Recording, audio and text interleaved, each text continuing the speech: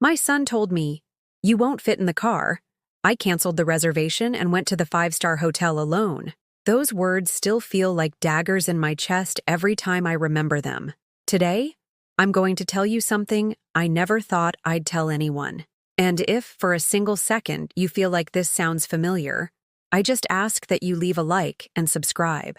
It will help me to keep unburdening myself. It was 7:30 in the morning in Chicago, and I had already been awake for 2 hours, carefully ironing my son Michael's suit. Steam hissed from the iron as I smoothed out every wrinkle, imagining how handsome he would look walking down the aisle. I had arrived the night before on a Greyhound bus from Dayton, Ohio, with my small, worn-out rolling suitcase and the navy blue dress I had bought especially for his wedding. Michael's apartment smelled of expensive cologne and haste. His future wife, Jessica, was rushing from room to room with rollers in her hair, while her mother coordinated everything on the phone in an authoritative voice. I kept quiet, helping where I could, holding the veil when they took it out of its box, putting the spare shoes in a bag, wiping up the coffee drops Jessica had spilled on the dining room table. "Mom, can you iron the backup shirt too?" Michael asked, without looking up from his phone. "Just in case." "Of course, sweetheart." Just like always. I remembered when he was 8, and I would iron his school uniform every night after coming home exhausted from my job at the manufacturing plant. A widow since he was 3, every dollar, every sacrifice had been for him. I sold my wedding ring to pay for his SAT prep course. I worked Sundays cleaning offices to buy him his first computer. I slept in hospital chairs during his asthma attacks, holding his hand while the doctors gave him a nebulizer. And here I was, at 62, ironing his backup shirt, feeling useful, needed, important on the most special day of his life. "It's time to go," Jessica shouted from the bedroom. "The photographer is waiting for us at the church in 20 minutes. Michael put on the suit I had ironed with so much love. He looked exactly as I had dreamed. Elegant, happy, perfect. My chest swelled with maternal pride. This was my son, the man I had raised alone, whom I had taught good values, who had managed to become an engineer and find love. "Okay, let's all go," Michael said, grabbing the car keys. A black Cadillac Escalade he had rented for the occasion. "Mom, you're coming with us, right?" "Of course, my love." I picked up my purse and jacket. Finally, I thought, we would be together in this important moment. But when we got to the car, Michael stopped. He looked inside the vehicle, then at Jessica, then at her mother, who was also coming with us, and then he looked at me. "Hold on, Mom," he said, with that uncomfortable tone he used when he had bad news. "It's just, we don't all fit. The car only has 4 passenger seats, and there are 5 of us." My stomach clenched. I counted mentally. Michael, Jessica, Jessica's mother, her sister, and me. 5 people. 4 seats. "Oh," was all I could say. "I understand. You won't fit in the car, Mom. It's better if you get an Uber or wait for another one. It's no big deal," he said without looking at me, adjusting his jacket with the nervous smile of someone trying to avoid a conflict, no matter who he hurts. He said it just like that, as if it were the most natural thing in the world, as if I were an object that could be moved from one place to another for convenience. As if 2 hours ironing his clothes, an entire night on a bus, and 62 years of being his mother didn't entitle me to a seat in the car on the way to his own wedding. "But, Michael," I tried to say, "really, Mom, it's not a problem. The Uber will take you straight to the church. You might even get there before us." Jessica was already in the passenger seat, buckling her seatbelt. Her mother occupied one of the back seats, spreading out her expensive dress so it wouldn't wrinkle. Jessica's sister got into the other back seat, closing the door without looking at me. They got in, closed the doors, and drove off toward St. James Cathedral, where the ceremony would be held. I was left standing there, on the sidewalk of Michigan Avenue, with my old, worn-out rolling suitcase, the navy blue dress I had chosen with such care, and a lump in my throat that made it hard to breathe. The car disappeared into Chicago's morning traffic. The noise of engines, horns, buses full of people with places to go, people waiting for them, seats reserved for them in the important moments of their lives. I stood on that sidewalk for I don't know how many minutes, feeling the weight of reality settle on my chest like a concrete slab. It wasn't just that I didn't fit in the car. It was that, apparently, I didn't fit in my son's life. I took out my phone and called an Uber. While I waited, I remembered all the times Michael had fit into my life, when he cried with a fever and I rocked him all night, when he had nightmares and climbed into my bed, when he needed me for everything, and I always found space for him. The Uber arrived after 15 minutes that felt like hours. The driver, an older man with a gentle southern accent, helped me with my suitcase. "Where to, ma'am?" "St.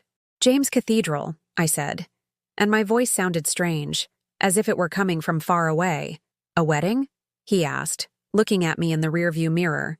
"Yes," I replied. "My son's wedding." "How lovely," he said. "You must be so excited." I could only nod, because if I opened my mouth to speak, I was sure I would start crying right there, in the back seat of that car, on the way to the church where my son was getting married without me by his side. I arrived at St. James Cathedral when the ceremony had already begun. From the entrance, I could hear the organ playing the wedding march, and my heart raced, thinking I had missed the moment my son would see his bride for the first time. The moment I had imagined so many times, where I would be sitting in the front row, crying with emotion. I slipped in quietly and looked for my designated seat. In traditional American weddings, the groom's family sits on the left, the bride's on the right. I looked to the left and saw nothing. There was no space reserved for me. The pews were filled with Michael's friends, colleagues from work, distant cousins I barely saw at Christmas. An older woman touched my shoulder. "Looking for a seat? You can sit back here with me," she whispered. She was one of Jessica's family's neighbors, a woman I didn't know at all, but who showed me more consideration than my own son. I sat in the last row, clutching my purse, watching Michael's back from a distance. He stood straight, elegant, waiting for his bride. When Jessica entered on her father's arm, everyone stood up. I stood up too, but from the back, I could hardly see anything. I could only hear the guests' ahs of admiration. I remembered my own wedding, over 30 years ago, in a small church in Dayton. It was simple, with few guests, but my mother was there, in the front row, crying with joy.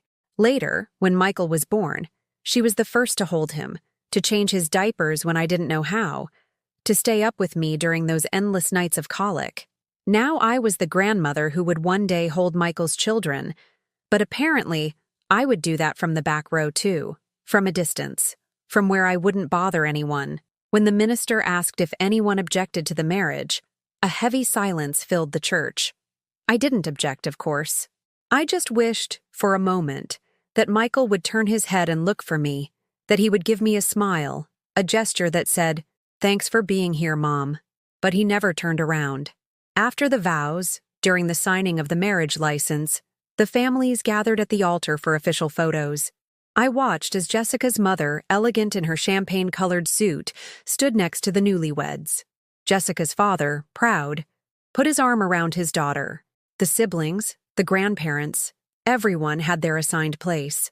I remained seated in the last row, watching from afar as the official history of that day was created. A history in which, apparently, I had no part. The photographer shouted instructions. Now just the immediate family, the parents with the bride and groom, a shot of just the mothers. I waited to be called for that last one. I waited and waited, but the only mother who appeared in those photos was Jessica's. When we left the church, I timidly approached Michael. "Honey, do you want to take a picture together?" "Oh yeah, sure, Mom," he said distractedly. But just then Jessica called him for something else, and he walked away, leaving me standing there again with empty hands and a heavy heart. The reception was at the Drake Hotel, one of the most elegant in Chicago. I had made the reservation from Dayton over the phone, giving my credit card number to secure my room. One night, single room, for Helen Peterson, I had told the receptionist 3 months ago. When I arrived at the hotel after the ceremony, pulling my rolling suitcase across the marble lobby, I went to the front desk. "Good afternoon. I have a reservation under Helen Peterson." The receptionist, a young man in an impeccable uniform, typed on his computer and frowned. "I'm sorry, ma'am, but that reservation was canceled this morning." "Canceled?" But I didn't cancel anything. According to our system, the cancellation was made from the phone number registered with the reservation. My phone number. Someone had called pretending to be me. There must be a mistake, I insisted, feeling the blood rush to my head. I'm very sorry, ma'am. The room was reassigned to another guest. A Mrs. Davis who is here for the wedding. Mrs. Davis, Jessica's mother. In that moment, I understood what had happened. My room, which I had paid for with my widow's pension, had been reassigned to make the bride's family more comfortable, and no one had bothered to tell me. Do you have any other rooms available? I asked, trying to keep my composure. I'm afraid we're fully booked for the wedding, but I can offer you. The receptionist checked his screen. The staff room in the basement. It's small, but it's clean. The staff room. In the basement. As if I were my own son's housekeeper. How much is it? It's $50 for the night. $50 to sleep in the basement of the hotel where my son's wedding was being celebrated. After someone canceled the room I had paid for 3 months ago, I took out my wallet and counted the bills. It was almost all the money I had for the weekend, but I had no alternative. My pension didn't allow for luxury hotels, and it was too late to find another place. The staff room was exactly where they described it, in the basement, next to the laundry machines. It was tiny, with a single metal bed, a small closet, and a minuscule window that looked out onto a light well where barely any sun came in. The air smelled of detergent and dampness. I sat on the bed and looked around. The walls were white, bare, without a single painting or detail to make the space cozier. The noise of the washing machines seeped through the wall, a constant, monotonous hum that reminded me of my time working at the plant. I opened my suitcase and took out the dress I had worn for the ceremony. I hung it in the small closet, next to the suit I had bought 2 months ago at Nordstrom, spending almost $200 I didn't have. I had chosen that navy blue color because I knew Michael liked it, because I wanted to look elegant in his wedding photos. But there were no photos. There was no room in the car. There was no room with my name on it. There was only this small room in the basement, where mothers who don't matter go to cry in silence before the wedding dinner. I showered in the tiny bathroom I shared with the hotel staff rooms. The water was lukewarm, and the towel was rough, but at least I could wash my face and touch up my makeup before the reception. I looked in the mirror and tried to convince myself that this was all just a series of misunderstandings, that during dinner, everything would be different. I went up to the hotel's ballroom at 9 o'clock, as the invitation indicated.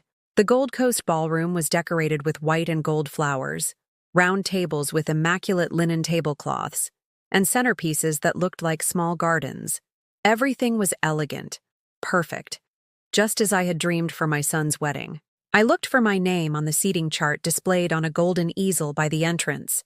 I ran my finger down each table, each list of names. Table 1, the bride and groom, best man, and maid of honor. Table 2, parents and immediate family. Table 3, Michael's close friends. Table 4, work colleagues. My name was nowhere to be found. "Excuse me," I said to one of the wedding planners, a young woman with a tablet and a professional smile. "I can't find my name on any table." "What is your name?" "Helen Peterson. I'm the groom's mother." The girl checked her tablet, frowning with genuine concern. "Oh my goodness, you're right. You haven't been assigned to a table. It must have been a mistake by the caterer." She looked at me with pity. "Let me see what I can do." A mistake by the caterer. As if I were a dish they had forgotten to serve. After a few minutes of nervous consultations with other staff members, they assigned me a seat at table 8, the one farthest from the head table, right next to the kitchen doors. My table mates were people who clearly didn't know why they were there either. A college friend of Michael's who seemed more interested in his phone, the wife of a distant cousin who was busy with her kids, and a couple of older neighbors of Jessica's family who ignored me completely throughout the dinner. Every few minutes, waiters rushed in and out of the doors right behind my chair. The clatter of dishes, the chef's orders, the steam from the kitchen, all of it was the soundtrack to my wedding dinner. Meanwhile, from my table, I could see the head table in the distance, where Michael and Jessica laughed and toasted with crystal glasses. During the appetizers, I saw Jessica's mother get up and whisper something in her daughter's ear. They both smiled and glanced over at where I was sitting. It wasn't a kind look. It was a look of satisfaction, like when you finish arranging the furniture in your house exactly how you want it. The first course was a prosciutto and melon salad. I ate in silence while the conversation around me was about local country club gossip I knew nothing about. At the next table, I heard Michael's friends telling funny stories from college. Stories in which I never appeared because, apparently, Michael had never told them about me. During the main course, a filet mignon, the microphone crackled. Jessica's father stood up to give the first speech. "Dear friends and family," he began in a strong, confident voice. "Today we celebrate not only the union of two wonderful people, but the merging of two families who have loved each other from the very first moment." He spoke for 10 minutes about how proud he was of his daughter, about how Michael had been the perfect son-in-law from day one, about the grandchildren they eagerly awaited. He mentioned Jessica's mother, the most elegant and generous woman I know. He talked about the siblings, the grandparents, even Jessica's godmother who had flown in from Argentina. I didn't exist in his speech. It was as if Michael had been born from nothing, with no history, no mother who had raised him. Then Jessica's mother spoke. Her speech was more emotional, more personal. She talked about watching the love between Michael and her daughter grow, how Michael had become the son she always wanted, how she was sure they would build a wonderful family. "Michael," she said, looking directly at him, "thank you for making my daughter so happy. Thank you for being the man you are. Thank you for being the man you are." I had spent 30 years shaping that man, teaching him values, helping him with his homework, taking him to the doctor, celebrating every small achievement. And now another woman was getting the credit for who he had become. When the speeches ended and it was time for the first dance, Michael and Jessica opened the floor with a waltz they had rehearsed for months. Then the parents joined in, followed by close relatives. I remained at my table, watching from afar as my son danced to a song I used to sing to him when he was a little boy with nightmares. "Ma'am, will you dance with me?" I heard a small voice beside me. It was Martin, the 7-year-old son of one of Jessica's cousins. A beautiful boy with curly hair who had gotten bored and come to rescue me. "Of course, handsome," I said. And for the first time all day, I smiled for real. We danced for a whole song, him stepping on my feet with his patent leather shoes, me genuinely laughing for the first time since that morning. When the song ended, he gave me a kiss on the cheek and said, "You're a pretty good dancer for an old lady." An old lady? 62, and I was already the old lady to everyone. I went back to my table and saw Michael now dancing with his mother-in-law, both of them smiling, she whispering things in his ear that made him laugh. The same laugh I had heard thousands of times in our small kitchen in Dayton, when he would tell me about school while I made him an after-school snack. At 2 in the morning, as the party started to wind down, I approached the head table to say goodnight to Michael. "I'm leaving now, honey," I said. "It was a beautiful wedding." "Oh, right, Mom. Thanks for coming," he replied distractedly, as Jessica was talking to the photographer about which photos she wanted to see first. "Michael," I insisted, "can we talk for a moment?" "Not right now, Mom. We're organizing things for tomorrow. Can we do it some other time?" "Some other time. Always some other time." "Of course, my boy. Get some rest." I gave him a kiss on the forehead, as I had done every night for 20 years of his life, and headed for the elevator that would take me back to the basement. In the elevator, I ran into Jessica's mother, who was also going up to her room. "The presidential suite," I'd heard the staff say. My room, the one I had booked and paid for 3 months ago. "It was a marvelous wedding," she said with that polite smile people use when they have to be civil but not kind. "Yes, very nice," I replied. "Michael is a charming boy. Jessica is very lucky." "We've all been very lucky," I said, though I wasn't sure I believed my own words. When the elevator doors opened on my floor, the basement, she looked at me with surprise. "You're staying down here?" "Yes, in the staff room." For the first time all day, I saw something like discomfort on her face, as if she had suddenly realized what had happened. But the doors closed before she could say anything else. In my small basement room, I took off the navy blue dress I had chosen with such care and hung it neatly in the closet. I put on the cotton nightgown I had brought from home, brushed my teeth in the tiny sink, and lay down on the single bed that creaked with my every move. The noise from the laundry had stopped, But now I could hear the laughter and conversations of guests returning to their rooms. Happy voices. Voices of people who had enjoyed the wedding, who had danced, who had been part of the celebration. I had been at that wedding too. But I had been like a ghost, present but invisible, needed but ignored. I lay awake for a long time, staring at the low ceiling of my basement room, wondering when exactly I had stopped being important in my son's life and why it had taken me so long to realize it. At 6 in the morning, I was awakened by the roar of the industrial washing machine starting up again. The hotel staff had begun their day, washing linens and towels for the guests who had slept in proper rooms, with windows overlooking the city, and breakfast included in the price. I dressed quickly and went up to the hotel's dining room.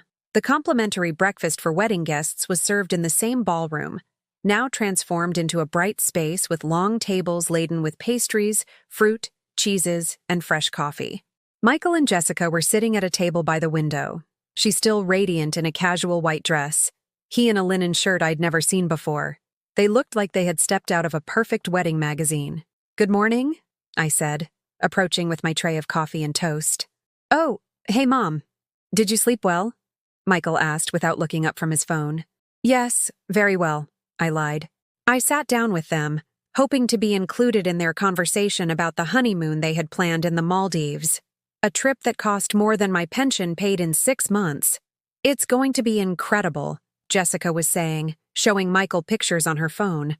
5 days at a 5-star resort, with dinners on the beach and scuba diving included. "When do you leave?" I asked, trying to show interest. "Tomorrow night," Michael replied. "The flight leaves from O'Hare at 11. "That's wonderful. And when do you come back to Chicago?" "Actually," Jessica chimed in, "we're not coming straight back to Chicago. After the Maldives, we're going to spend a week at my parents' place in Florida to unwind from the trip." "Oh, a week in Florida. With the other parents. The ones who mattered. So when will I see you then?" I asked. Michael shrugged. "I don't know, Mom. Between the trip, work, getting settled in the new condo, I'll call you when we have some free time. I'll call you." As if I were the next-door neighbor, not the woman who had raised him alone since he was 3. "Michael," I said, gathering my courage, "I'd like to talk for a moment. Alone." Jessica and Michael exchanged a look I knew all too well. It was the same look they gave when I suggested something inconvenient for them, like visiting them at their new place in Lincoln Park, or inviting them for dinner in Dayton on a Sunday. "What do you want to talk about, Mom?"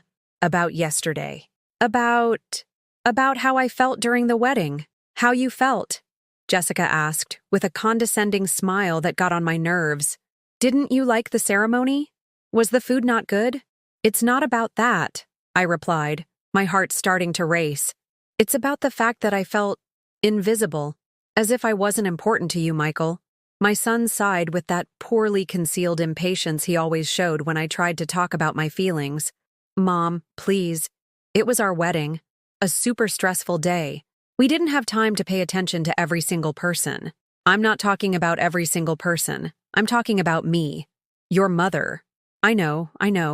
But you have to understand we had other priorities. Other priorities. I was a secondary priority on the most important day of my son's life. Like canceling my hotel room to give it to Jessica's mother?"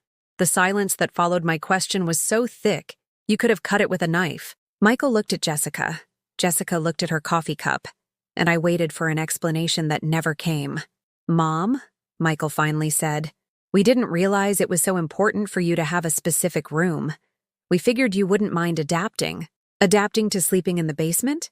Adapting to my name not being on any table at the reception? Adapting to not being included in the family photos?" "You're exaggerating," Jessica interjected. "There were tons of photos.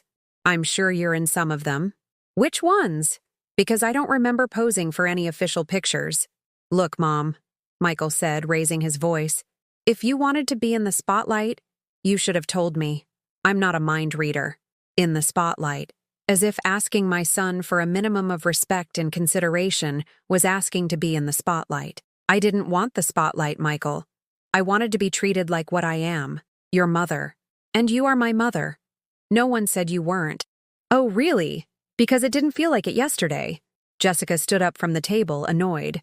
I don't have to listen to this. Michael, when you're done talking to your mother, let me know. I'll be in the room packing. My son watched her walk away and then turned to me with an expression I had never seen on his face. A mix of irritation, exhaustion, and something that looked dangerously like contempt. See what you've done, Mom? You've upset Jessica the day after our wedding. I didn't do anything to upset Jessica. I just tried to talk to you. Talk? You call this talking? This is just laying on the guilt, making me feel bad during what's supposed to be a happy time. Michael, I just want you to understand. Understand what? That I can't be happy if you're not happy? That my wedding has to be planned around your expectations? His words hurt more than a slap. This wasn't my son. Not the little boy who ran to me every day after school, who hugged me during nightmares, who told me, "I love you, Mommy," every night before bed. No, I replied, my voice trembling. I just wanted you to treat me like I mattered to you. Like my presence in your life had some value. Of course you have value, Mom. But you're not the center of my world anymore. I have a wife now. We're going to have our own family. Things change. Things change. That phrase hung between us like a declaration of war. And does that mean I disappear? You don't disappear. But it does mean you can't expect everything to revolve around you anymore. I never expected everything to revolve around me, Michael. But I also never expected to be treated like an inconvenience. You're not an inconvenience. Oh no? Then why didn't I fit in the car? Why was my room canceled? Why am I not in a single official photo from your wedding? Michael was quiet for a very long moment. When he finally spoke, his voice was tired, almost bored. Look, Mom. What's done is done. The wedding is over. We can't change anything. And frankly, I'm getting a little tired of this conversation. Tired. My son was tired of me. I stood up from the table slowly, feeling every muscle in my body protest. Suddenly, I felt very old, very tired, very alone. You're right, I said. What's done is done. I picked up my purse and walked towards the exit of the dining room. When I reached the door, I turned back one last time to look at him. Michael was already back on his phone, checking messages, completely oblivious to the fact that he had just shattered the heart of the person who had loved him most in the entire world. In the hotel lobby, while waiting for the taxi to take me to Union Station for the train back to Dayton, I took out my phone and dialed my sister, Susan. How was the wedding? She asked as soon as she picked up. It was... I started, but I couldn't go on. The words got stuck in my throat, along with the tears I had been holding back since the day before. Helen? What happened? Susan, I finally managed to say. I think I've lost my son. What do you mean? I mean, I'm not his mother anymore. I don't know what I am, but I'm not his mother anymore. And for the first time since Michael was 3 and his father died in that car accident that changed our lives forever, I allowed myself to cry without trying to be strong, without trying to hold it together, without trying to protect anyone from my pain. I cried for all the times I had given up my own dreams to pay for his education. I cried for all the Sundays I had spent alone so he could go out with his friends. I cried for all the sacrifices I had made, not expecting gratitude, but expecting respect.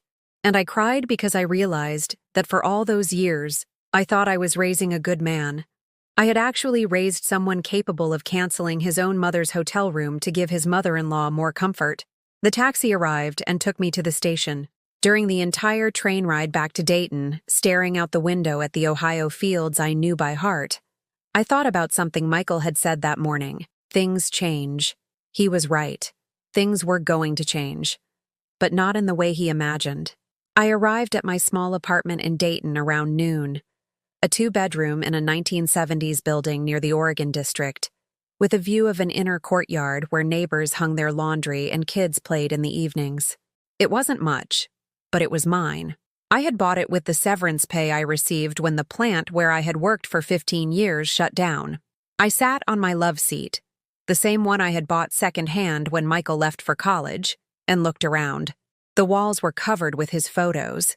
Michael in his school uniform, Michael on his graduation day, Michael the day he moved into his first apartment, Michael at every Christmas, every birthday, every important moment of his life. A gallery of memories where I always appeared in the background, smiling from a corner, holding gifts, serving food, being the perfect mother who never asked for anything for herself. I picked up one of the photos from his engineering graduation. I had worked extra shifts for 2 years to pay for his studies at the state university. In the photo, Michael poses with his cap and gown, radiant, successful. I am next to him but slightly out of focus, as if the photographer had aimed only at him and I just happened to be there. That night, I couldn't eat. My stomach was in a knot. I stayed up late, replaying the conversation from breakfast. Every word Michael had said, the way he had looked at me when I explained how I felt. I'm getting a little tired of this conversation. Those words hurt more each time I remembered them. As if my pain was boring to him, as if my feelings were an annoyance interrupting his happiness. The next day, Monday, the phone rang. It was Susan. "How are you doing, Helen? You sounded terrible yesterday." "I'm thinking," I replied. "About what?" "About everything. About these 30 years raising Michael. About everything I've done for him. About everything I haven't done for myself." Susan was quiet on the other end. She had always been more practical than me, less sentimental, more willing to speak uncomfortable truths. "Helen," she said finally, "can I ask you something?" "Of course." "When was the last time Michael did something for you without you asking him to?" The question hit me like a punch to the gut because I realized I didn't know the answer. I tried to recall a recent moment when Michael had made a gesture, a surprise, a call just to see how I was. "I can't remember," I admitted. "And when was the last time you did something for him?" "Last month, I sent him $500 to help with wedding expenses." "Did he ask for it?" "Not directly, but Jessica mentioned on Facebook they were a little tight on cash, and I thought." "Helen," Susan interrupted gently, "do you see what's happening?" "What do you mean?" "You give and give and give, and he takes and takes and takes.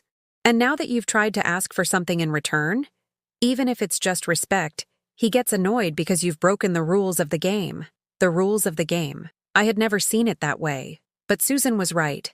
For 30 years, we had established a dynamic where I gave and he received, where I sacrificed and he benefited, where I asked for very little and he gave even less.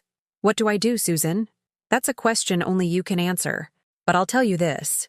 You're 62 years old. If you keep this up, in 20 years you'll be in the same spot, waiting for crumbs of attention from a son who sees you as his personal bank and emotional maid. That afternoon, after hanging up with Susan, I did something I hadn't done in a long time. I sat in my armchair by the window, poured myself a glass of the sweet wine I saved for guests who never came, and thought about myself. Who was I, Helen Peterson, besides being Michael's mother? I had been a wife for 8 years, until my husband died. I had been a factory worker for 15 years, until it closed. I had been an elder care aide for 10 years, until I took early retirement for back problems. But above all, for 30 years, I had been a mother, a single mother, a sacrificial mother, a selfless mother who forgot herself so her son could have everything he needed, and many things he didn't. But what else was I? I looked at my wrinkled hands around the wine glass. These hands had sewn school uniforms late at night. They had prepared thousands of breakfasts, lunches, and dinners. They had signed checks, paid bills, saved every penny to give Michael everything I never had. But before I was a mother, these hands had done other things. They had drawn. I loved to draw when I was young. Landscapes, portraits, still lifes. I had even thought about going to art school. But then I met my husband, and plans changed. When was the last time I had picked up a pencil to draw something just for the pleasure of it? On Tuesday morning, while having coffee and a muffin in my small kitchen, my cell phone rang. It was Michael. "Hi, Mom." "Hi, honey." The response was automatic, as it had been for 30 years. "I'm calling to let you know we're at the airport. The flight to the Maldives leaves in an hour." "That's nice." "Have a wonderful trip." "Yeah." "Hey, Mom." "Yes?" "About Sunday, at breakfast. I think we said some things we shouldn't have." I waited for him to continue, but he didn't. "And?" I asked. "And nothing. Just that when I get back from the trip, maybe we can get together for coffee and talk more calmly." "Maybe. We can. When I get back." "Michael," I said, "are you apologizing to me?" A long silence. Too long. Mom, I don't think either of us needs to apologize for anything. We just had a difficult conversation at a complicated time. A difficult conversation. That's what he had reduced my pain, my humiliation, my 30 years of ignored sacrifices to. A difficult conversation. I see, I said. Well, Mom, they're calling my flight. I'll call you when I get back from Florida, okay? Okay, enjoy yourself. I hung up and stared at the phone for a long time. Michael had called, yes, but not to admit he had treated me badly. Not to apologize for humiliating me at his own wedding. Not to ask how I was after our conversation on Sunday. He had called to smooth things over, to clear his conscience before his honeymoon, to make sure I would still be there, available and compliant, whenever he decided he needed me again. That afternoon, I went to the bank. It had been months since I'd reviewed my accounts in person. I did everything online now, but I needed to get out, to move, to do something different. Good afternoon, Mrs. Peterson, said Patricia, the teller who always helped me. What can I do for you today? I'd like to review all my transactions for the last 6 months. Patricia printed out a long list of credits and debits. My pension came in regularly each month, $800. My expenses were modest: rent, utilities, groceries, some medicine. And then there were the other withdrawals, the ones that hurt to see in black and white. Transfer to Michael Peterson, $300. February, transfer to Michael Peterson, $500. March, transfer to Michael Peterson, $200. April, payment to the Drake Hotel, $150. May, the room that was later canceled. Transfer to Michael Peterson, $500. June. In 5 months, I had sent my son $1,500, almost 2 full months of my pension. Money I had saved from my food budget, from clothes, from little treats I denied myself to help him with his wedding.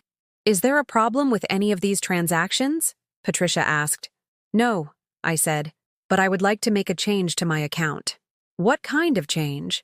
I want to open a separate savings account, one that only I can deposit into and only I can withdraw from. Patricia looked at me curiously, but maintained her professional smile.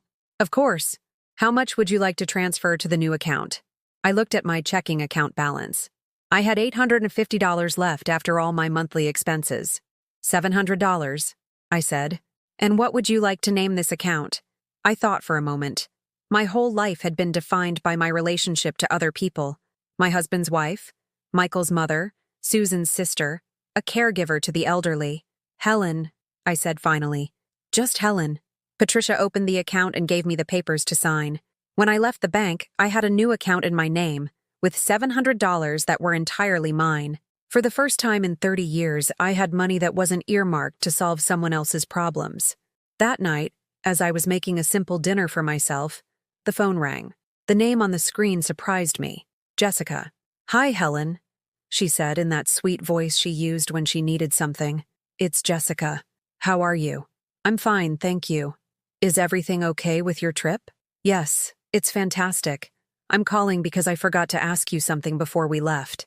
Ah, here it comes. What do you need? It's just that my mom is staying in Chicago for a few more days after the wedding, and she's having a bit of trouble with the hotel situation. You know how expensive they are. Would you mind if she stayed at your place for a couple of nights? Just until Thursday. Jessica's mother. The woman who had slept in my room. The one who had looked at me with condescension in the hotel elevator. They wanted me to host her for free in my home now. Jessica, I said with a calm that surprised even me. Your mother can afford to pay for a 5-star hotel for the entire family for a wedding. I'm sure she can afford her own room for a few more days. An awkward silence on the other end. Well, I just thought you wouldn't mind. I mean, you have the space and... I have the space, I interrupted. But I don't have the desire. And I hung up.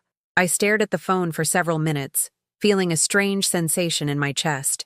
It wasn't guilt as I had expected. It wasn't regret for being rude to my son's wife. It was something more like relief, as if I had been holding my breath for years and had finally been able to exhale. I had said no. For the first time in decades, I had said no to a request from Michael's family, and the world hadn't ended. The phone rang again 5 minutes later. Michael. Mom, what did you say to Jessica? She's really upset. I told her that her mother can pay for her own hotel. But Mom, she's family. Can't you do this one favor? Michael, did you ever once ask me how I felt sleeping in a staff room while your mother-in-law slept in the room I had booked and paid for? Silence. That's different, he finally said. How is it different? Because that's in the past, and this is now. You're right. It is different. I didn't have a choice about the wedding, because no one asked me, but I do have a choice about this. And I choose no. Mom, don't be so spiteful. Spiteful. Now I was spiteful for not wanting to give a free room to the woman who had taken mine. It's not spite, Michael.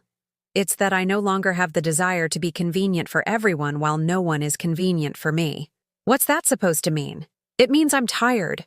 Tired of giving everything and getting crumbs in return. Tired of being the last priority on your list of priorities. Mom, please, let's not start this again. No, let's not start this again. Let's just end it. What does that mean? It means that when you get back from your honeymoon and your week in Florida with Jessica's parents, maybe we'll talk. Or maybe we won't. I'll see. And I hung up again. The phone kept ringing for the next 10 minutes, but I didn't answer. I poured myself another glass of wine, sat in my armchair by the window, and for the first time in a long time, I felt at peace. The next few days were strange. For 30 years, my routine had revolved around Michael, his calls, his needs, his problems, his achievements. Now, suddenly, there was silence. A void that scared me at first, but that I slowly began to fill with other things. On Wednesday, I went to the market in Dayton, but not to buy my usual list of cheap practical things. This time I wandered through the stalls, buying whatever I felt like. Some strawberries that were expensive but looked delicious, a piece of sharp cheddar cheese, marinated olives, some good prosciutto. Expecting company, Helen? Asked Carmen, the woman at the fruit stand who had known me for years. No, I replied. It's for me. Just for you? Good for you. You deserve it. You deserve it. How strange that sounded applied to me. That night, I ate like a queen in my small kitchen. I used my best tablecloth, took out the crystal glasses I only used when Michael visited, and lit a candle. I ate slowly, savoring every bite, listening to classical music on the radio. I couldn't remember the last time I had enjoyed a meal so much. On Thursday afternoon, while sorting through old papers, I found something that caught my eye. A brochure from the local community arts center. Classes for adults over 50. Painting, literature, English, computer skills, art history, painting. It had been over 30 years since I had touched a brush. On Friday morning, I showed up at the arts center office. I'd like to sign up for the painting class, I told the receptionist, a young woman with a genuine smile. Perfect. Have you painted before? A long time ago, when I was young. Don't worry, the instructor is great with beginners. What's your name? Helen Peterson. And a contact number in case we need to notify you of any class changes? I gave her my number, and when she asked for an emergency contact, for the first time in decades, I didn't automatically say Michael's name. That won't be necessary, I said. The following Monday, I started the class. There were 12 of us, all over 50. All eager to learn or remember how to paint. Eleanor, 70 years old, a widow like me. Antonio, 65, retired from the post office. Amparo, 58, who had raised 4 kids and now wanted to do something for herself. For our first class, we're going to paint something simple, said the instructor, an older man with a white beard and kind eyes. An apple. But you're not going to paint the apple you see. You're going to paint your apple. The apple as you see it, as you feel it. I picked up the brush after so many years, and felt like I was finding a part of myself that had been dormant for decades. The paint flowed, the colors mixed. My hands remembered movements I thought I had forgotten. At the end of the class, when I looked at my canvas, I didn't see a perfect apple. I saw something better. I saw Helen, not Michael's mother, not my late husband's widow, just Helen, expressing herself through colors and shapes that no one else could create in exactly the same way. That's very good for your first day, Eleanor said as we cleaned our brushes. Has it been a long time since you painted? 30 years. And what made you come back? I thought about the answer as I washed my brushes in the studio sink. What had made me come back? I think I got tired of being invisible. I finally said. Eleanor nodded as if she understood perfectly. The same thing happened to me after my husband died, she said. I suddenly realized that for 40 years, I had been Paco's wife, my kid's mother, Mrs. Rodriguez's daughter-in-law. But I didn't know who Eleanor was. I had to get to know myself all over again. That night, Michael called again. Hi, Mom. We're back from the Maldives. That's nice. Did you have a good time? Yeah, it was great. Hey, Mom. About the other day? What about the other day? Jessica is still a little upset about her mother. Her mom had to stay in a super expensive hotel for 2 more nights. What a shame. Mom, could you just call her and apologize? Just to get things back to normal. And to get things back to normal? To the normal where I always gave in, always adapted, always was the one to say sorry even when I had done nothing wrong? No, I said. What do you mean, no? I mean, I'm not going to apologize to Jessica, or her mother, or you. Mom, please, just one call. Michael, I'm going to explain something to you very clearly. For 30 years, every time there was a problem, a conflict, a tension in this family, I was the one who backed down. I was the one who apologized, who kept quiet, who adapted. That's over. But Mom, it's over, Michael. If Jessica wants an apology, she can call me herself and explain why her comfort is worth more than my dignity. You're being so difficult. Difficult. Now I was difficult for not wanting to be a doormat. Yes, I said. I am going to be difficult. I'm going to be complicated. I'm going to be inconvenient. And if that's a problem for you two, then it will be your problem, not mine. Mom, I don't even recognize you. Perfect. Because I didn't recognize myself when I was settling for the crumbs you dropped from your table. On Tuesday, on my way home from my second painting class, I ran into Susan downtown. Helen, you look great. You have a sparkle in your eye. I signed up for a painting class. Really? What a great idea. So how's Michael? Has he called since he got back? He's called several times. And I told him to find someone else to solve his family problems. Susan burst out laughing. Who are you and what have you done with my sister? Your sister got tired of being the emotional servant for a son who sees her as an ATM with an apron. I'm so happy for you, Helen. Seriously, it's about time. That night, as I ate my favorite meal and reviewed the painting exercises the instructor had given us, the doorbell rang. It was Michael. He was standing on my doorstep with a worried look on his face and a bag of croissants from an expensive bakery in Chicago. Hi, Mom. I came to see you because I'm worried about you. Worried about what? About how you've been acting lately. It's not like you. I invited him in, but not with my usual warmth. I greeted him as I would any guest. Politely, but without any extra emotion. Would you like some coffee? I asked. Yes, thanks. While I made the coffee, Michael stood staring at the canvases I had leaning against the living room wall. You've started painting? Yes. When? Last week. Why didn't you tell me? I turned to him with the coffee mugs in my hands. When was the last time you asked me how I was doing? What I was up to? What made me happy? Michael fell silent, stirring the sugar in his cup. Mom, I came because I think we need to talk. Seriously. Like adults. Perfect. Let's talk like adults. I think you're angry with me about the wedding, and I get it. But I also think you're blowing the situation out of proportion a little. Blowing it out of proportion? Yeah. Look, I admit there were some misunderstandings. But to go from that to being so distant, refusing to help Jessica's family, being so cold with me. Michael, I said, sitting across from him on my love seat, do you know how much money I've sent you in the last 6 months? No, I don't know the exact amount. $1,500. From a pension of $800 a month. I didn't ask you for that money. Not directly. But I sent it every time you mentioned you were tight with the wedding expenses. And I did it happily because I thought it was an investment in my relationship with you. And it was. I really appreciate it. Oh, really? When did you thank me for it? Another long silence. Michael, do you know what I spent my last $700 on? No. On a savings account called Just Helen. And do you know why? Why? Because I've decided that for the first time in 30 years, I'm going to have money that is just mine. Money that isn't meant to solve your problems, to buy your affection, or to secure your attention. Michael looked at me as if I had started speaking a different language. Mom, I have never asked you to buy my affection. Not with words, but with actions, yes. Every time you needed something, you showed up. Every time things were going well, you disappeared. That's not true. Oh no? When was the last time you called me just to ask how I was? When was the last time you came to visit without needing anything? Michael set his coffee cup down on the table and stared at his hands. I don't know, he finally admitted. I do.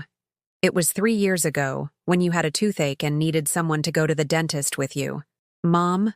No, Michael. Let me finish. For 30 years, I've waited for you to treat me like an important person in your life. I've waited for respect, consideration, genuine affection, and what I've received are crumbs.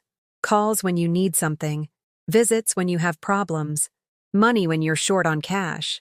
It's not like that. Yes, it is. And the worst part is that I allowed it. I accepted the crumbs because I was afraid that if I asked for more, I'd be left with nothing. Michael got up from the sofa and began pacing around my small living room. So what? You don't want to be my mother anymore? I will always be your mother, Michael, but I will no longer be your maid. The words hung in the air of my small living room like a declaration of independence. Michael looked at me with an expression I had never seen before, a mix of surprise, confusion, and something that resembled fear. Mom, I think you're having some kind of crisis. You're right, I said with a calm that surprised even me. I am having a crisis of dignity, and for once I'm on the right side of it. Michael sat down on the sofa again, but on the very edge, as if he were ready to bolt at any moment. What exactly do you want from me? I don't want anything from you, Michael. That's precisely the point. For 30 years, I've wanted your time, your attention, your respect, your love, and I settled for leftovers. Not anymore. So what's going to happen between us? I don't know. That's up to you. Me? Yes. Whether you're capable of treating me like a person who deserves respect, or if you prefer to keep treating me like a resource you tap into when you need something. Michael stood up again and went to the window. From there, he could see the inner courtyard where the neighbors were still hanging laundry and the kids were playing catch.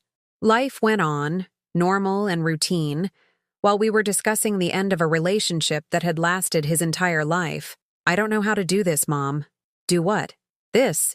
Treat you like you're saying you want me to. For the first time since he had arrived, I saw something genuine in his face, a vulnerability that reminded me of the little boy he had been, the insecure teenager who would ask me if he was smart enough, handsome enough, good enough. It's very simple, Michael. You treat me like you treat your friends, like you treat Jessica's parents, with consideration, with respect, with genuine interest. But you're different. You're my mother. Exactly. I'm your mother, the person who has loved you more than anyone in this world. And for that very reason, I deserve more respect, not less. He was quiet for a very long time, looking out the window. What if I don't know how? He finally asked. Then you'll have to learn, or not. But I'm no longer going to teach you by sacrificing myself. That night, after Michael left without a real goodbye, without hugging me as he had for 30 years, I sat in my armchair with a cup of chamomile tea and thought about what had just happened. I had lost my son. Or maybe I had lost the illusion that I had a son who truly loved me. It hurt, yes, but it was a clean pain, like the feeling when a bandage you've worn for too long is finally removed, letting the wound breathe. The following days were strange but liberating. I didn't receive a single call from Michael, nor from Jessica. It was as if I had disappeared from their lives, and they from mine. But for the first time in decades, I didn't feel lonely. In my painting class, I discovered I had a knack for landscapes. I painted the wheat fields around Dayton, the old barns of rural Ohio, the golden sunsets I could see from my bedroom window. The instructor, Mr. Evans, praised my progress. You have a special sensitivity for capturing light, he told me one day after class. Have you ever thought about submitting your work to an exhibition? Me? In an exhibition? I don't think I'm ready for that. Why not? Art has no age, Helen, and your paintings convey something. They have soul. Soul. It had been a long time since anyone had told me something of mine had soul. That afternoon, while I was painting at home, the phone rang. It was a number I didn't recognize. Helen Peterson? Yes, this is she. This is Julia, Michael's sister-in-law, Jessica's sister. I didn't know Jessica had a sister who was at the wedding. Oh, hello. Listen, I'm calling because I'm in Chicago for work, and Jessica told me what happened at the wedding and, well, I'd like to buy you a coffee, if that's okay with you. I was taken aback. Why would Jessica's sister want to meet me? I don't know if that's a good idea, I said. Please, just one coffee. There are some things I'd like to tell you. Something in her voice made me accept. We arranged to meet at a coffee shop near Union Station, a neutral place where we could talk without anyone knowing us. Julia was a woman in her 40s, dark-haired like Jessica, but with a warmer, more direct expression. She introduced herself, ordered a latte, and got straight to the point. I came to apologize. You? Why? For my family. For my mother. For Jessica. For how they treated you at the wedding. I remained silent, unsure of what to say. Look, Helen, I wasn't at the wedding because I live in San Francisco and couldn't make it. But my mother told me everything. The thing with your room, the table by the kitchen, the photos, everything. And what exactly did she tell you? She told me they had rearranged a few things to make everything run more smoothly. And she laughed. She laughed while telling me how they had managed to keep the groom's mother from getting in the way during the celebration. I felt as if I'd been punched in the stomach. She laughed? Yes. And I told her that was horrible. That you're Michael's mother. That he wouldn't exist without you. That you deserved the place of honor at that wedding. Tears started streaming down my cheeks, and I couldn't stop them. Do you know what my mother said to me? Julia continued. She said it didn't matter, that mothers of the groom are always a nuisance, and that they had managed to make you manageable, like an object that could be moved around for convenience. Julia, why are you telling me this? Because I lost my father 2 years ago, and I realized what parents truly mean when you don't have them anymore. And because I have a 15-year-old daughter, and I hope that when she's older, she treats me better than my family treated you. We sat in silence for a while, drinking our coffees in a Chicago coffee shop, where 2 women who barely knew each other were trying to understand how people could be so cruel to someone who only wants to be loved. Does Jessica know you came to see me? I asked. No, and I'm not going to tell her. But I am going to tell her what I think about how you've all behaved. You don't have to, Julia. It doesn't matter anymore. It does matter. Because some things are wrong, and when they're wrong, you have to say so. That night, I called Susan to tell her what had happened. See? She said. You're not crazy. You're not exaggerating. What they did to you was awful. But it doesn't matter anymore, Susan. It's over. It does matter. Because now you can move forward knowing that your reaction was the right one. That you're not a demanding or difficult mother. You're a woman who is finally respecting herself. 3 weeks later, Mr. Evans gave me news that changed everything. Helen, there's a group exhibition at the Community Arts Center. It's for local artists, and I'd like you to participate with 2 or 3 of your paintings. Me? In an exhibition? Yes, you. Your paintings deserve it. We chose 3 landscapes. One of the Ohio farmlands at sunset, another of the great Miami River as it flows through Dayton, and a third of the city skyline from my window. We framed them in simple gold frames, and I wrote my name on a small card myself, Helen Peterson. The opening was on a Friday evening. Susan drove up from Cincinnati just to be there with me. I'm so proud of you, she said as we got ready. Look how much you've changed in these past 2 months. She was right. I had gotten a new haircut, bought new clothes with the money from my Just Helen account, and lost a little weight because I was now eating for pleasure, not out of anxiety. But most of all, when I looked in the mirror, I saw Helen, not Michael's mother. Helen. The exhibition was small but lovely. There were about 30 people, mostly Dayton locals who came out of curiosity. But when I saw my paintings hanging on the wall, with my name underneath them, illuminated by a small spotlight. They're beautiful, Helen, said Eleanor, my classmate. They have such a peaceful quality. They have something special, Antonio added. You can tell you painted them from the heart. From the heart. Yes, For the first time in a long time, I had done something from the heart, just for me, without waiting for anyone else's approval. I was talking with Mr. Evans about the technique I had used for one of the paintings when I heard a familiar voice behind me. Mom. I turned. It was Michael.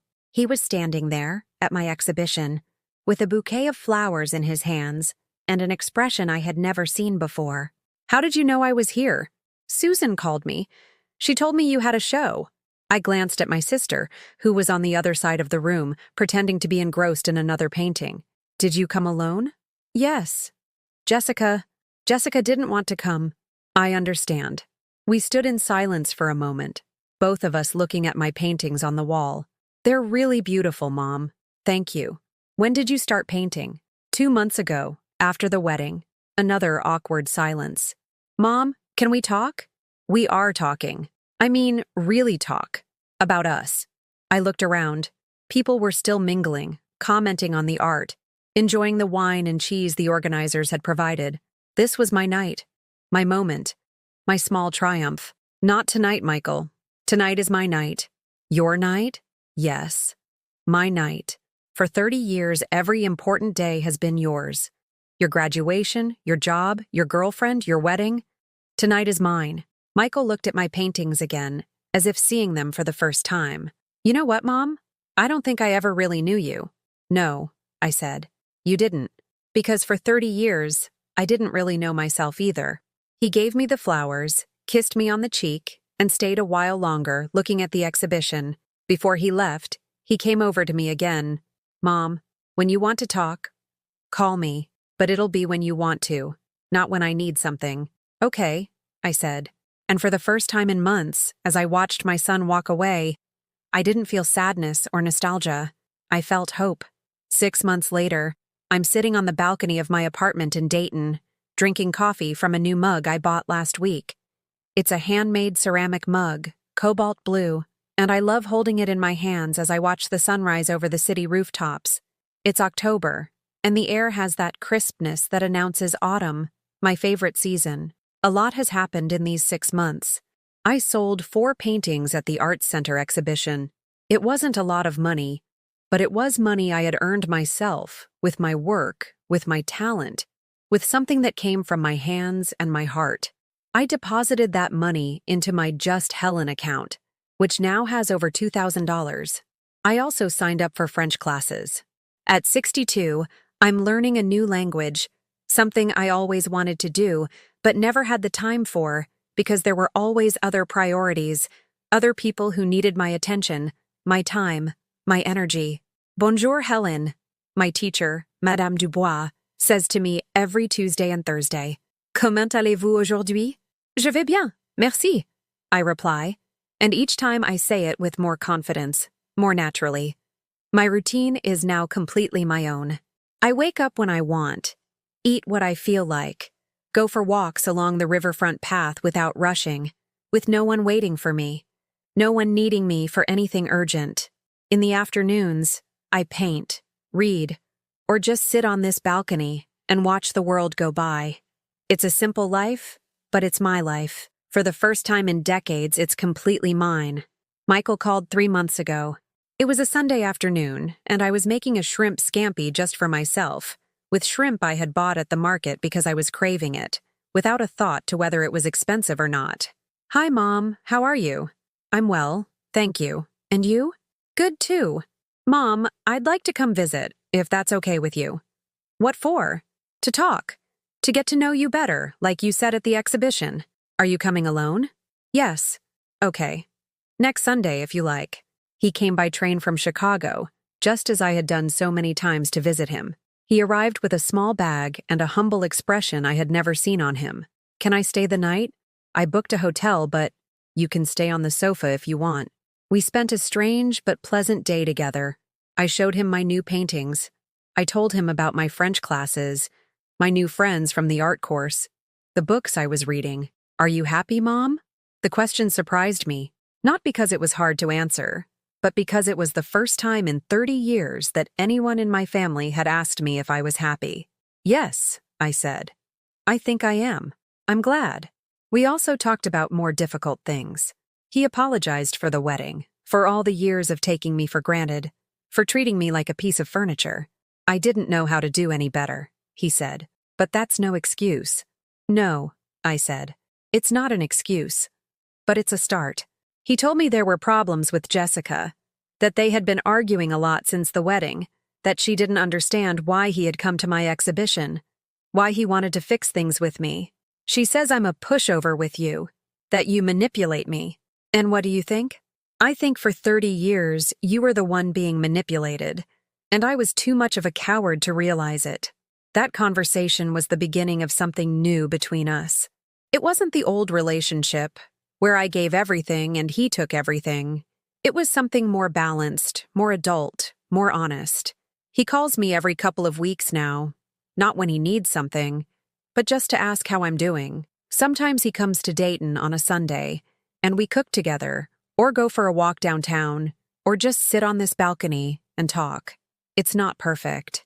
There are still moments when I see the spoiled boy he was, the selfish young man he became, but I also see effort, an attempt, a genuine desire to build something better between us. Jessica and I have never spoken again. According to Michael, she still thinks I'm a problematic mother-in-law who created drama where there was none. I don't care. I've learned that I can't force anyone to love or respect me, but I can demand to be treated with dignity or walk away. Julia, Jessica's sister, texts me every now and then. She sends me pictures of art she sees at galleries in San Francisco and asks how my French classes are going. It's a small but genuine friendship, built on mutual respect and honesty.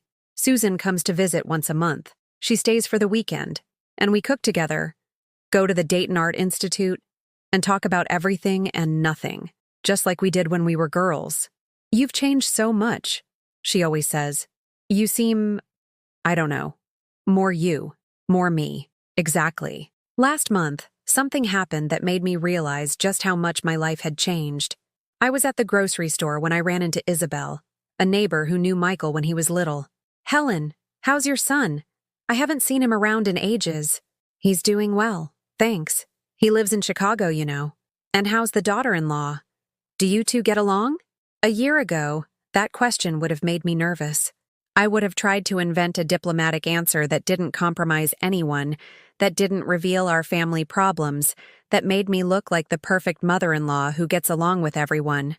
To be honest, we don't really have a relationship, I said naturally. We're just not compatible. Oh, what a shame. But well, as long as Michael is happy, yes. And as long as I'm happy too. Isabel looked at me with surprise, as if she didn't expect me to include my own happiness in the equation. Of course, of course. You have to be happy too. Exactly. That night, as I ate my baked fish with vegetables, I thought about that conversation. A year ago, the idea of publicly admitting that I didn't get along with my son's wife would have felt like a personal failure. Now, it was simply a reality I could state without shame, guilt, or the need to justify myself. I've learned that peace doesn't come from keeping everyone happy, but from being honest about what you can and want to give of yourself. Last week, I received an unexpected proposal. Mr. Evans called to tell me that a gallery in Chicago was interested in organizing a solo exhibition of my Ohio landscapes. A solo exhibition of my work? All yours, Helen. 24 paintings for 2 months, in a gallery in the Wicker Park neighborhood, Chicago, the city where Michael lives, where I felt so invisible during his wedding, where I learned that I didn't fit in my own son's car. What do you think? Mr. Evans asked. I think it's perfect, I replied. The exhibition will be in January. I already have 18 paintings ready and I'm working on the last 6. Michael has promised he'll come to the opening, and this time, he'll be the one coming to see me, in my world, in my moment of glory. Yesterday afternoon, as I was painting the sunset from my balcony, I thought about everything that has happened in the last year. The humiliation of the wedding, the break with Michael, the discovery of painting, the French classes, the Just Helen account, the first no's of my life. It all started with pain, with the cruelest sentence my son had ever said to me, "You won't fit in the car, Mom." But that pain was the push I needed to realize something fundamental. If I didn't fit into the life they had designed for me, it was time to design my own life, and I have designed it well. Now, every morning when I wake up, I ask myself, what does Helen want to do today? Not Michael's mother, not my late husband's widow, not Susan's sister. Helen. Sometimes she wants to paint barns. Sometimes she wants to learn new words in French. Sometimes she wants to wander through the historic streets of Dayton with no destination. Sometimes she wants to stay home and read a novel with a cup of tea. And always, always, she does exactly what she wants to do. This morning, as I write these lines in my new journal, another treat I allowed myself, I think of all the women who are where I was a year ago. Women who have forgotten themselves to care for others. Women who ask for permission to exist in their own lives. Women who settle for crumbs of affection because they're afraid of ending up with nothing. To all of them, I would say the same thing Eleanor told me in my first painting class. It's never too late to get to know yourself again. Because at 62, I've discovered that the most important person in my life is me, and that loving myself isn't selfish, it's survival. Have you experienced something similar? Do you know someone who has had to choose between being loved and being respected? Tell me in the comments. And if this story touched your heart, please leave a like and subscribe to the channel. Because maybe there's someone out there who needs to hear that it's never too late to start over. That it's never too late to take the place you deserve in your own life.